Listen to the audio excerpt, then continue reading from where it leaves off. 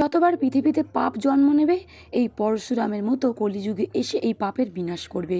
হ্যাঁ বন্ধুরা, পরশুরাম ধারাবাহিকে আজকের পর্বে দেখানো হয়েছে এদিকে কর্ণ চ্যাটার্জি ভীষণ রেগে গেছে পরশুরামের ওপর। তাই তো মৈতস মজুমদারকে ফোন করে জানিয়ে দেয় যে তুমি ইমিডিয়েটলি পরশুরামকে গ্রেপ্তার করো। আপনার কাছে যথেষ্ট পরশুরামের এভিডেন্স আছে, ও আপনাকে মার্ডার করতে গেছিল, আপনার সঙ্গে সৌরভ আছে, আপনার টেনশন কিসের? আমি বলছি আপনি ওকে অ্যারেস্ট করুন।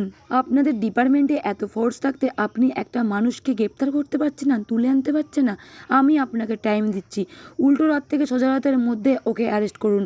এদিকে বাইরে অতিথি এসছে কর্ণ চ্যাটার্জির বাড়িতে, পরশুরাম, লাট্টু, পিকো, টটিনি। কর্ণ চ্যাটার্জির এই কথা শুনে টটিনি ভীষণই রেগে যায় আর চিৎকার করে কর্ণ চ্যাটার্জিকে শুনিয়ে দেয় যে একজন কুখ্যাত ক্রিমিনাল, দুর্নীতিবাজ মানুষ, সে কিনা স্পেশাল ব্রাঞ্চের অফিসারকে, সিনিয়র অফিসারকে অর্ডার করছে পরশুরাম ওরফে শিবপ্রসাদকে অ্যারেস্ট করার জন্য। এ কোন যুগে এলাম কর্ণ চ্যাটার্জি?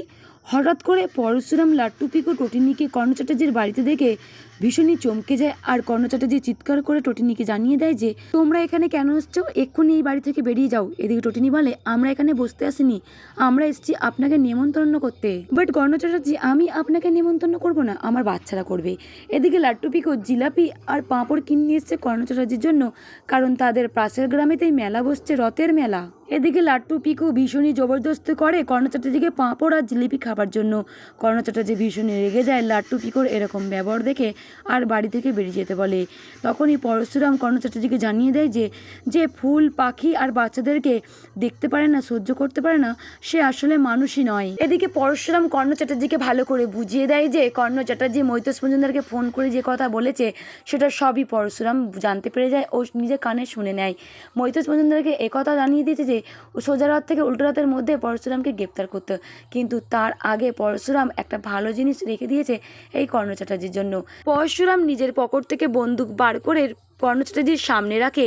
এদিকে কর্ণ চ্যাটার্জি বন্দুক দেখে চোখ যেন আকাশে। হঠাৎ করে এরা কেন আমার বাড়িতে আসলো আর পরশুরামের সামনেই কেন নিয়ে আসলো এই বন্দুক? তবে কি আমাকে শ্যুট করে দেবে? এটাই কর্ণ চ্যাটার্জির মাথার মধ্যে ঘুরপাক খাচ্ছে। কর্ণ চ্যাটার্জি থতমত খেয়েও পরশুরামকে জিজ্ঞাসা করে এটা কিসের জন্য। এদিকে পরশুরাম জানিয়ে দেয় যে দুখানা বুলেট রাখা আছে, একটা আপনার জন্য আর একটা সৌরভের জন্য। আজকে পরশুরাম বাচ্চাদের সামনে কর্ণ চ্যাটার্জিকে উচিত শিক্ষা দেয়, একজন গৃহবধূকে টর্চার করেছে। তাই তো কর্ণ চ্যাটার্জিকে রাস্তায় দৌড় করিয়ে করিয়ে পরশুরাম তার প্রতিশোধ নেবে ও শ্যুট করবে। স্বামী হত্যা কেসে খুনের মামলা করেছিল এই কর্ণ চ্যাটার্জি, টানতে টানতে হিড়ির করে টটিনিকে ওই কোর্টে তুলেছিল। তবে কি পরশুরাম এবার ছেড়ে দেবে এই কর্ণ চ্যাটার্জিকে? আজকে জ্ঞান শিক্ষা করে দেয় এই কর্ণ চ্যাটার্জির পরশুরাম। কারণ আমাকে খুন করতে গেছিল অন্য কেউ, আপনাদের নির্দেশে ওই সৌরভ, আর ফাঁসানো হয়েছিল আমার স্ত্রী এই টটিনিকে।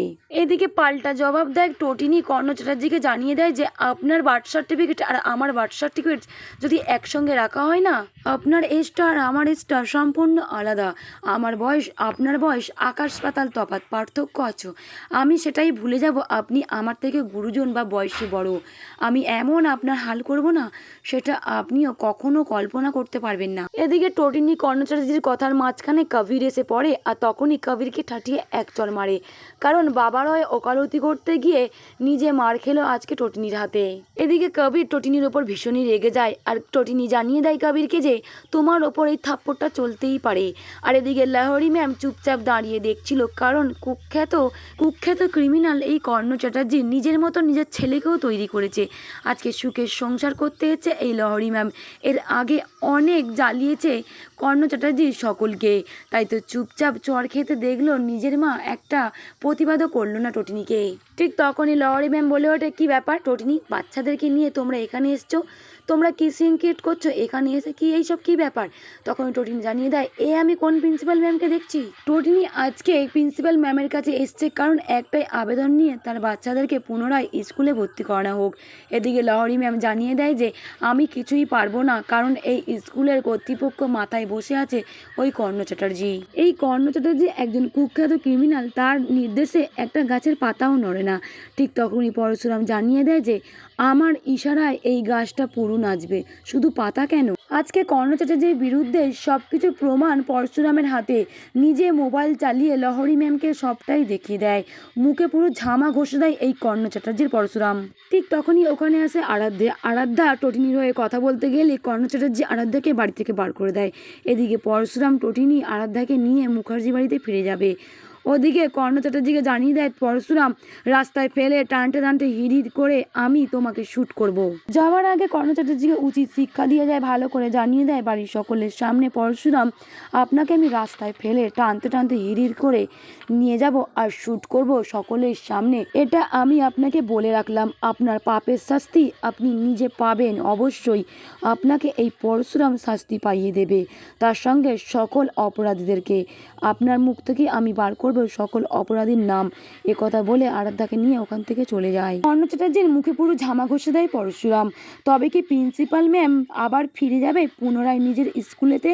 এই লাট্টু পিকুকে ভর্তি নেবে পরশুরামের কথায়? আর কর্ণ চ্যাটার্জির কি জেল হবে, নাকি পরশুরাম তাকে শ্যুট করবে? যদি এমনটাই আপনাদের কেমন লাগবে অতি অবশ্যই কমেন্ট করে জানাবেন। সকলকে ধন্যবাদ।